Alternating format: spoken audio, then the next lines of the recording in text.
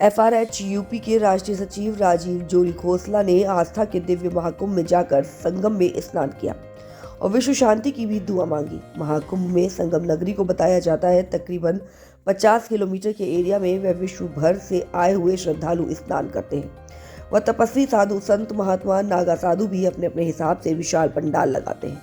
वे आने वाले श्रद्धालुओं को अपने दर्शनों के साथ साथ विभिन्न प्रकार के खाने के व्यंजन भी खिलाते हैं। इसी प्रकार का पंडाल साध्वी विभानंद गिरी जी ने भी सेक्टर 19 गागोलिक शिवालय मार्ग पर लगा रखा है।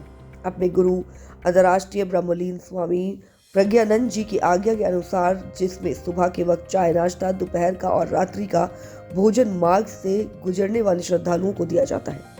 अखाड़े में 14 तारीख से 20 तारीख तक भगवान गीता का पाठ रखा गया तथा 23 तारीख से 29 तारीख तक श्री राम कथा का आयोजन किया जाएगा। भागवत के विश्राम दिवस पर स्वामी निरंजन जी ने आकर बताया कि ये कुंभ नगरी कुछ समय के लिए बसाई जानी है, उसके पश्चात इसे खाली कर दिया जाता है। इसी प्रकार इंसान को भी अपने कर्म करने चाहिए, क्योंकि मृत्यु के बाद कर्म ही फल देते हैं। साध्वी विभानंद गिरी जी ने बताया, इंसान की मृत्यु से पहले उसकी आत्मा जाकर इंसान के लिए किए हुए कर्मों का लेखा जोखा बता देती है। उसी के आधार पर इंसान को अपने कर्मों का फल मिलता है। कटंगी से आए बाल स्वामी चक्रानंद गिरी जी ने प्रवचनों में जीव हत्या को रोकने का कहा।